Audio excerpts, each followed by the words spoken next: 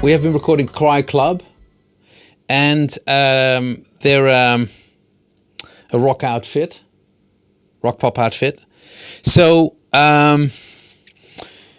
drums, vocals, and guitars. I'll just talk you through the mics and the preamps we're using, and then we'll go and have a look where the mics are set up as. So we have a kick in D12. We have a kick out, which is a U67. We have a knee microphone, which is a BK5. We got a heads microphone, which is a KM184 Neumann. We got a snare top and a snare bottom, typical 441, Sennheiser 441s. We've got a rack floor tom. We've got two overheads, which we're using some Gefels UM70s. Two room microphones, also Gefel UM70s. I use a mono microphone, which is a U48. We got a U47 on vocals, and then we have two guitar caps being played by Jono, but we split out the signal, and the two AC30s. I'll show you in a minute. So we have the Harrison pre's. We have some external pre's. We're using these pre's called the Dutch. They're on the guitars. We got some cappies on kick, snare, and overheads. We got some Spectras on vocal, and that's it, on just a vocal. So what I'll do, I'll go around this way. We'll start here with the vocal. Straightforward setup, U47 into Spectrasonics pre, into a 162 compressor, into a custom tube pre.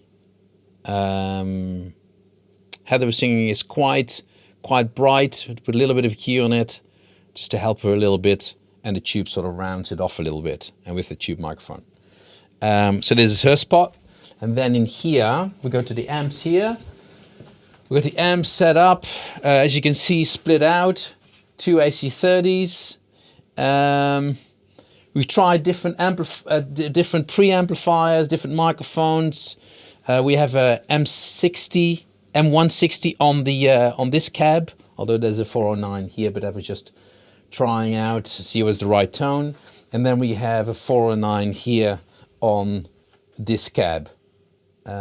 Trying to match it because they're very different kind of amps. Trying to match the tone of it took a bit of time with some tone roll off, but we got it very good matched. And then in here, so in the main room here, John was sitting here, guitar, he's got his pedal boards, he's got his TC to make it into a stereo feel kind of signal. So we're going stereo out here, and then we're going here into two DIs just to go in out, just a passive DIs, just to extend the signal because we were running out of cable.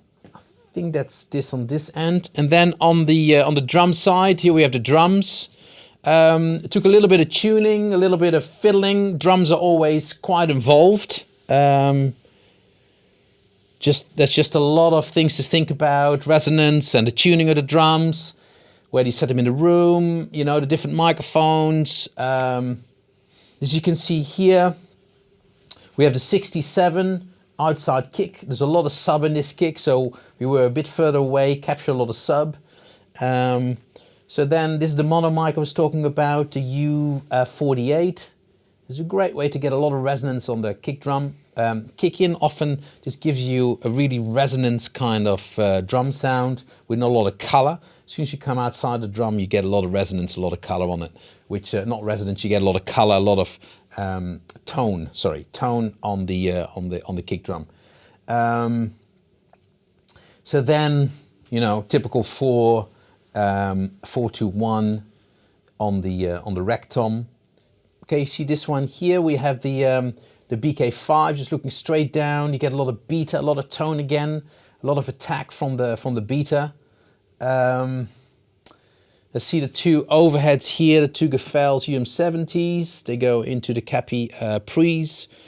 Then we have here, of course, a 421. We were playing a lot with the drum, with the toms and the snare drum. So they tuned to the song, a third on the snare. We have a seventh on the rack, and also a third on the floor tom. There's not a lot of floor tom work in it. What else? The 441s here on the snare drum. We did a little mute thing with the snare. We tuned the snare. And then here we have the KM70 trying to capture really the attack where the drummer plays, just to give it a lot of clarity, because there's also always a lot of hi-hat in the overheads. You just want attack and clarity and precision. I think that sums it up. There's going to be horns on it. We're going to be overdubbing the horns. All right. Thank you very much. Yeah!